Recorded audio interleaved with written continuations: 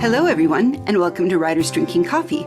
This is a podcast based on writers sitting around drinking tasty beverages and talking about writing, publishing, and the whole creative process. There will be rants and raves and opinions that may not agree but are lovingly delivered. We do not censor ourselves, so consider us PG-13. This is episode 146, Black Women Writing Horror, an interview with Sumiko Saulson. Welcome, Sumiko. Thank you. Thank you for having me here. Well, I'm so delighted. I just met you very briefly at your booth at Clockwork Alchemy. I grabbed a copy of your book, 100 Black Women in Horror, because I realized I have always loved the dark noir fantasy and the dark horrors, but I could only name a couple. If you said it's like I knew Octavia Butler writes it and I knew Leslie Banks, L.A. Banks, you gave me all sorts of people to go look at. It's fabulous. Yeah. So that book started out as a series on my blog, and that was an outcrop of, actually, when I first went around with my very first book, Solitude, way back in 2011, I was going with my mother to Marcus Books in San Francisco, and we went in there, and the lady that ran the place was like, horror by Black people. Like, what's that? Like, is this like sci-fi like Octavia Butler? And my mom was right there. So my mom was like, yeah, it's like Octavia Butler, because, you know, she's my mom. But I was running into this in a bunch of different places. Like, people just associated horror with being a thing that white men write and no one else. There was something called Women in Horror Month. It's been around for a while. And at that time, you could sign up to be an ambassador for Women in Horror Month. And that involved doing something to celebrate it. And I had a blog that I'd been doing for about 2 years. Actually, no, that might have been like the first year that I was doing my blog, actually. And I said, well, since Women in Horror Month at that time was in February, which is Black History Month, it has since been moved to March, which is Women's History Month. But at that time it was in February, and I was like, why not put those two things together? Black women who write horror. So I started to look into that, and I put together a list of 20 names. And then before I knew it, there was another list of 20 names. Mm-hmm. And then there was another list of 20 names. So these all actually started out as blog series, and it just expanded from there. I was interested in particular of reading through some of the list and saying, one is sometimes when it's just initials, I don't know male versus female or color or anything else. For instance, L.A. Banks, Leslie Banks.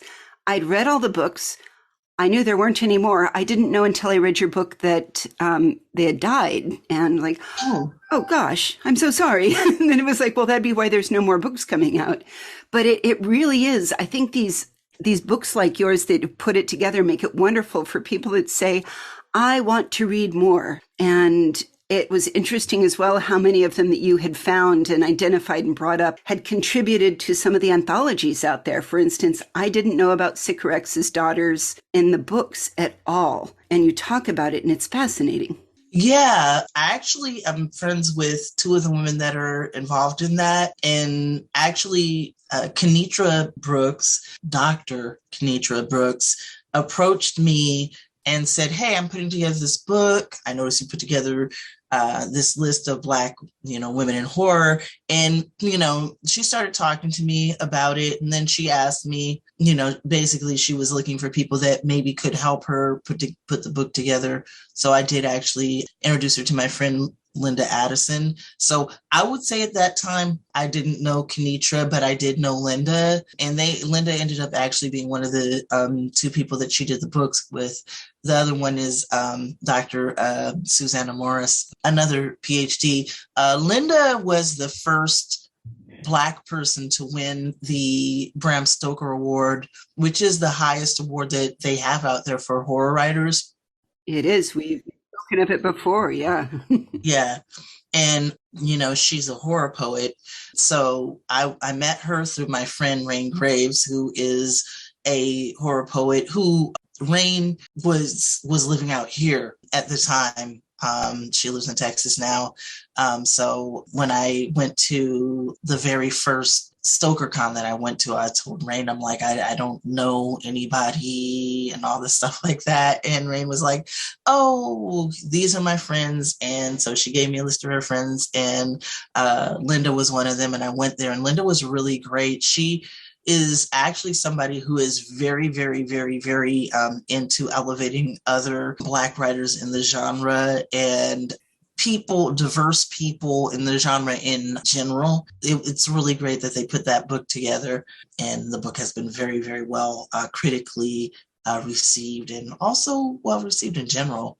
I liked it because it does talk about we're trying to get more voices and a variety of voices. And I've seen a lot of women in urban fantasy and kind of edging towards urban horror, but this really makes me appreciate about the African diaspora from Haiti, from Trinidad, and from Jamaica, and that Sycorax gives the voice to people recovering from the effects of colonization, and that says that this experience is not the same because they're female. I mean, if you look back, all of John Saul, we tended to be bad things happen to little kids and women. And it's interesting to see a new direction and a new voice and change out of that to make, I think horror could be for everybody in that way. Yeah, and you bring up a really interesting point because, what you're talking about is something that's called male gaze, or in this case specifically, white male gaze. So what happens is the gaze, that is the point of view of the observer or the audience, dictates how the subject is viewed. And because people have assumed that horror is a male gaze thing, that makes them view things that are from a different vantage point as automatically not being horror, which is why so many people don't think of Toni Morrison's Beloved as a horror story when it is actually very much a ghost story in the Southern Gothic tradition, but in a Southern Gothic story from the Gothic era, it would be written by a white man. And in that case, the ghost, or, what happens in horror that's written by, white men is that the other most often becomes what we're afraid of. So we all know, like Pet Sematary, Stephen King, and Thinner, Stephen King. We got cursed by the Native Americans. We got cursed by the Roma. And this is all stuff where, this goes back to the beginning of the Gothic horror genre. So for those of you who do not know what Southern Gothic is in particular, Gothic horror in Britain very often dealt with the idea of fear of the other.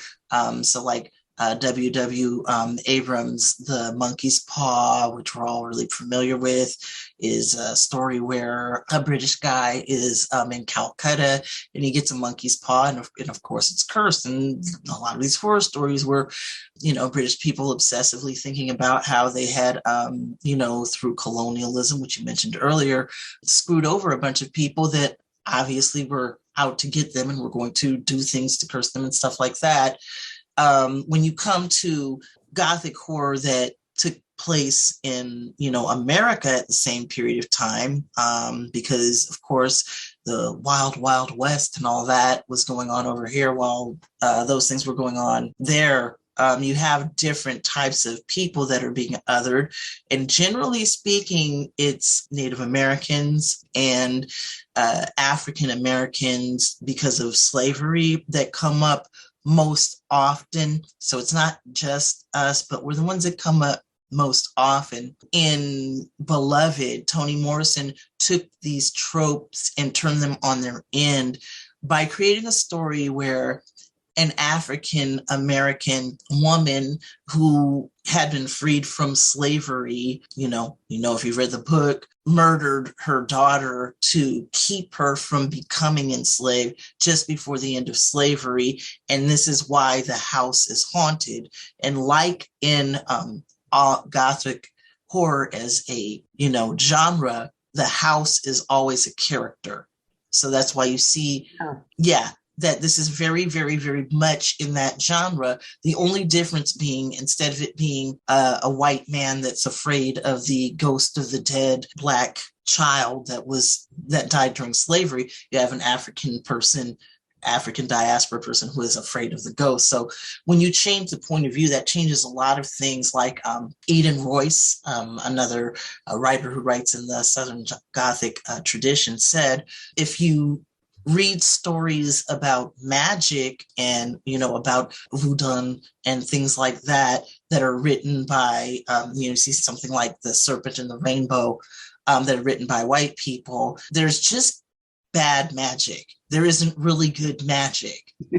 You know what I'm saying? I was going to say, honestly, if you view all zombies were originally from a voodoo and Haitian creation, that's gone crazy. So it's like people don't even really acknowledge the origin of the zombie stories and ideas.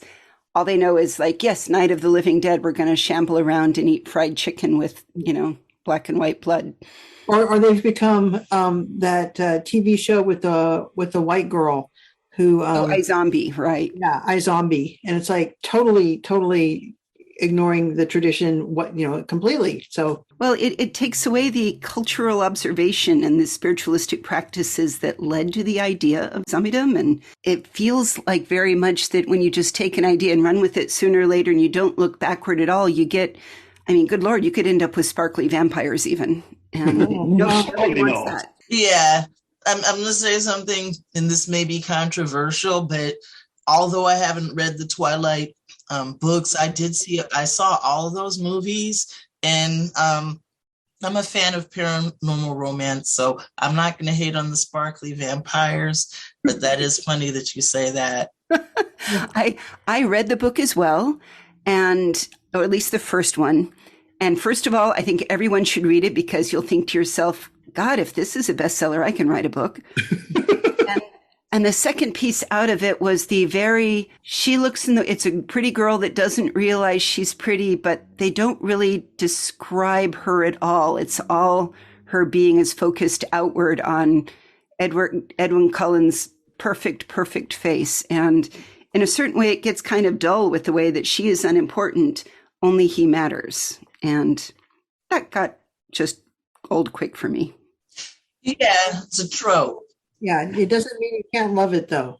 It doesn't mean you can't love the book, though. Oh, I am a big supernatural horror vampires biting, from Chelsea Quinn Yarbrough. I've loved vampires, years ago. Oh, Chelsea Quinn. I wonder if she'd come and talk to us. I love Chelsea Quinn Yarbrough. Well, go talk her into it, by all means. You're talking about vampires, I was fortunate enough to have known Anne Rice, who passed away last December. She used to be very, very active on social media. And so before she went back to writing her vampire books, there was this whole period of time where her Facebook page had a whole bunch of her fans that were popping off about Renesmee, which is the child of Edward Cullen. I think it's Edward, right? And Bella Swan, right? And they're like, vampires can't have children because their blood doesn't run after they die. And I'm like, okay, that's literally just Anne's vampires that can't get an erection. Pardon me. Hopefully I can say the word erection on this. Yes, you can. Just because Anne's vampires cannot get an erection, that does not actually apply to all vampires, because the Dampier is actually something that was in the original Legends of the Vampires way back when. Okay, so this is not a new thing. This is something that they actually, the original back in both in the Greek legends about the vampires, but also in the Middle Ages. In the Middle Ages, they were really convinced that these vampires were coming from the grave to rob your sperm. That was a whole thing. So human vampire hybrids have been in the lore for, a really long time. Oh, absolutely. Wasn't it the succubus who takes the seed from poor unsuspecting men, and then she turns into an incubus and he inseminates other girls? So I liked the Queen of the Damned, at least the book version, because universal vampire theory was actually kind of cool that she decided to embrace everything from the Polynesian and some of the Pacific Islander vampires that ripped apart and traveled around while leaving their legs in place and other things. And it was neat. I really loved that book. And that's when I actually became an Anne Rice fan, was when that book came out. So that book came out when I was, I think, 21. Yeah. Came out when I was a young person. And I was reading, Stephen King was my favorite writer then. I love horror, obviously. And I was in the middle of reading It. And and then I picked up Queen of the Damned because someone else that one of my roommates had it, and I started reading it, and I actually put it down and started reading it, and then became an Anne Rice fan. So that happened. Did that stop you being a Stephen King fan? I still actually was a Stephen King fan, but I went out and read tons and tons and tons of Anne Rice after that. I feel like we owe her the debt of combining sensuality and horror together. Yeah. And also she is definitely someone that all women in horror owe really a big debt to, because even though she had to deal with a lot of the whole poo-pooing really what happens with women in horror is people decide it must be some other genre. Yes. Because a woman wrote it. So of course it must be paranormal romance. And the thing is that horror romance, also known as horror romance, exists, and horror romance is a genre. Paranormal romance and horror romance can exist at the same time, but just because there's some type of sensuality in there, that does not mean that it is not horror. Yeah, I'm still kind of stuck on a zombie going along going sperm brains. So well, you have to love it, but there was an argument that I heard somebody talking about of, is horror actually a genre, or is it a type of fantasy and versus thriller? For instance, Event Horizon I watched, and I'm like, I think it's a science fiction movie. At the end of it is, it was horror set in space. Yeah, Doug Winter said the wisest thing in the long ago. He said, horror isn't a genre, it's an emotion. And that's my own opinion. Yeah. So, well, I think that means that thrillers are an emotion too, then, right? So I'm going to say something, okay? This shouldn't be very controversial, okay? So there are many, many, many, many, many types of genre crossovers, such as dark fantasy, right? Genre crossovers are what you have when two genres mix together. And you could try to say that horror wasn't a genre, but I would happen to disagree with you. I think that horror most definitely is a genre, which has its own subgenres. In fact, many of them. So fantasy is, I think, a different thing. And I think that horror is something that is rooted in, it's something that has a really, really, really long history. And the main thing that fantasy and horror have in common is that they both originated with folklore. So that may be why people are equating the two. That's a good point. I like it. Yeah. So many people consider Frankenstein to be both the first science fiction novel and one of the first modern horror novels, because it deals with the hubris of man, which is very, very, very big in the modern genre. But also all across horror too, from what I've read. Yeah. Now, besides just doing that, you actually write and illustrate comics too. So you're one of those people that seems to be just multi-talented. Do you in graphic novels?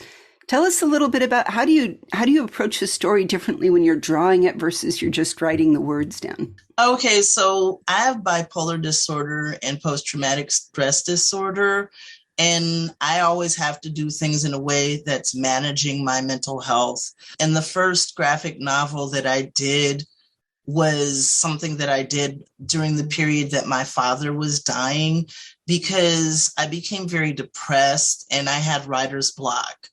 So it's called Agrippa. And what I did is I took a short story I had written and I adapted it for the graphic novel. And I sat around drawing pictures. So I was sitting there drawing pictures, actually a couple of pictures of my father in the comic or the graphic novel, because I was drawing him while he was sitting in the bed.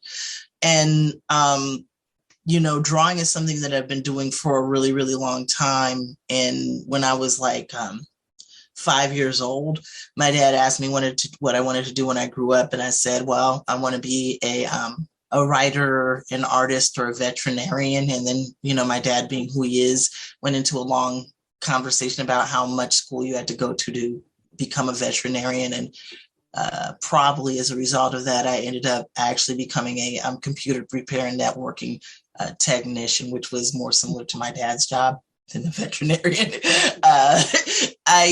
You've always been in science fiction and horror. That's what you just told me.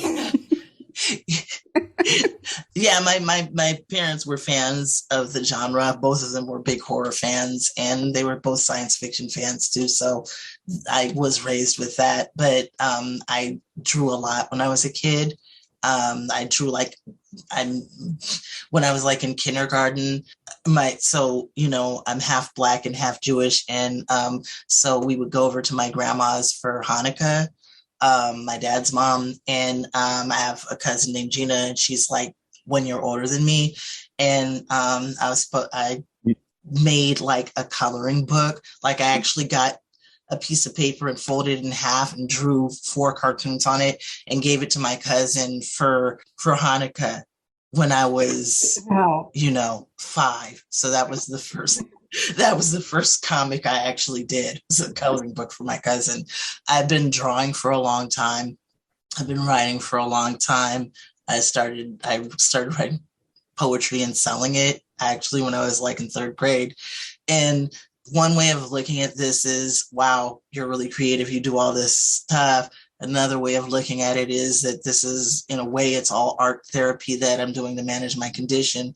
There's a big, really strong connection between mental illness and also bipolar disorder in particular, and this type of creativity. So I'm not alone. People in the literary arts have bipolar disorder at a rate about twice the general population. So the graphic art and the graphic novels are things that I picked up on doing, because when I'm grieving and when I'm depressed, it becomes more difficult for me to actually write. So that's a way for me to deal with that. You do that? Do you do that consciously, thinking, "Oh, I'm getting depressed, I need to draw"? I think that the conscious process of someone who goes into manic states is something very interesting. So if I start getting manic and I notice that I'm getting manic, then I might make a conscious choice that is something like, okay, to redirect my energy into something that's positive, because I know that if I start being able to really make good choices, it's going to be important for me to make some choices in advance, right, to make it so that I make better choices. That's smart. Yeah. But when I become depressed, it is not as conscious in the, I made a conscious choice to try drawing to see if that would alleviate my writer's block. And it did actually become something. So now I'm actually enjoying a lot of success as an artist, which makes me happy. But it is very, very specific, because it is actually really connected to, I'm enjoying more success as an artist. And I'm going to say I started, the kink community is really big in San Francisco. So I started getting like wooden paddles and painting cartoons on them and selling them. Yeah. And because I work at the Erotic Storytelling Hour, which, I work for the San Francisco Leather and LGBTQ district. So I started painting on these paddles and drawing these paddles, and I'm just like selling all these paddles to people. That's awesome. Yeah. Yeah. It's really cool. So. This also gives me insight into your upcoming book release. You've just written Happiness and Other Diseases, and on the cover, it's both BDSM and tentacles. So you had my attention. Thank you. Tell us a little bit about your upcoming book. Okay, so Happiness and Other Diseases is a story. It's the first book in the metamorphoses of Flynn Cahey. So Flynn Cahey, so he's got bipolar, and he has been having these bad dreams for about a year. And in his dreams, a lot of what's coming up is that he's a very repressed, kinky person. So he's kinky, but he doesn't talk about that, and he's very ashamed of it. And, you know, as a result, this supernatural being has latched onto him and is sort of devouring all of his emotions with his guilt and his shame and his masochism. And this creature is called Mercy. Mercy is actually really a Greek mythological type creature from the land of dreams. They are so, you know, if you know the story, Somnus has 1,000 sons, and his 1,000 sons are all different aspects of dreams, even though most people only know Morpheus and Phantasos and Phobator by name. There are actually 1,000 of them. And in this story, the one that is the god of erotic nightmares, things that make people aroused, you know, is called Brash. His name is Brash. And Brash has 12 children, and Mercy is one of them. Well, Mercy is kind of being naughty in terms of that she's kind of like got this sort of Freddy Krueger-esque desire to break into, you know, the mortal realm. So she's trying to get out of dreams and into the mortal realm. But doing that requires a whole bunch of like blood sacrifices. So, you know, so Mercy's been a bad girl. Yeah, because she's doing, you know, the most, that's attracted, you know, the attention of the older gods. I don't want to call them elder gods anymore because I got in trouble with an editor who said that sounded like Lovecraft, because like I guess he owns that or something now. I mean that's something we've done by making him something a sort of meme magnified. Because he wrote about elder gods, therefore all elder gods belong to him. I hate that. I know. It's like a whole thing. Yeah. So anyway. Take back the elder gods, you guys. Exactly. Yeah. We can do it. Exactly. So Somnus's mother, Nyx, the goddess that represents night, is like, okay, y'all are doing too much. And what's going to happen is you're going to attract Zeus. And I really don't feel like messing with him. So no, Somnus, you need to deal with your granddaughter and all this mess that she's making. And so, you know, what she does is she basically puts a curse on all of Brash's children and Brash, saying, you know, if y'all don't quit it, y'all are going to die and you're going to get reincarnated as mortals because that's what you deserve, because you're making problems for me. But the way this curse works is that if they should happen to kill this one particular mortal, that's what activates the curse. And unfortunately for Flynn, he is that particular mortal. Yeah. So bad news for Flynn. Bad news. So that's what happens. I'm just dying to curiosity about the title, though. Happiness and Other Diseases. Yeah. That's so some provocative there. Thank you. Wow. So Flynn is bipolar and basically has been made to feel for pretty much his entire adult life that if he feels happy, he's probably just having some kind of a manic episode. Can't really be happy. He's just actually having some kind of a breakdown. And that's where the title really comes from. But also happiness happens to be Charlotte's actual name in the spirit world. So, you don't even know who Charlotte is. Nope. Okay.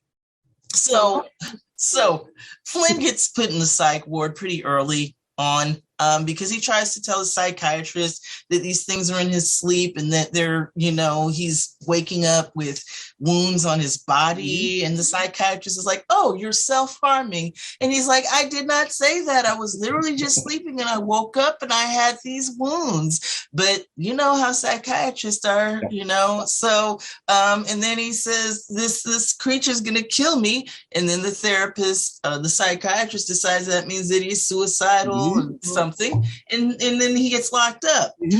While he's locked up, Somnus has, decided that he needs a champion to rescue him.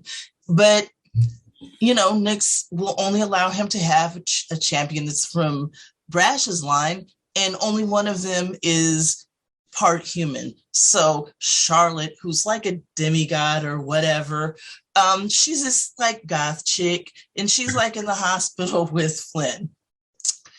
And, she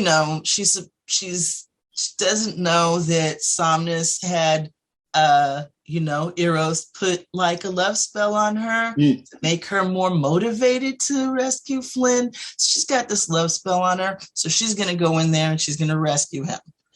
So then hijinks ensue. That sounds so good. I am aching to read this. Yeah.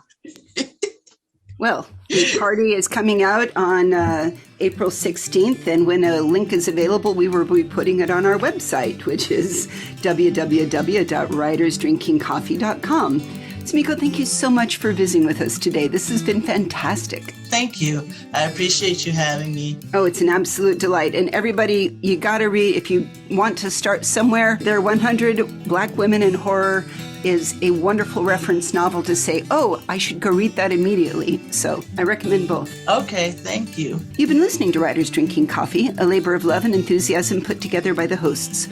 Our main web support magic is brought to you by Deirdre Schween, and our sound engineer and backup web spider is David Welsh. Our intro music is Pretty Maid Milking a Cow, and our exit music is Breakfast with a Morning Person, both by Michael Langberg. Our podcast sponsor is Jackal Designs, who does great t-shirts available on the website. And hey, thanks so much for listening.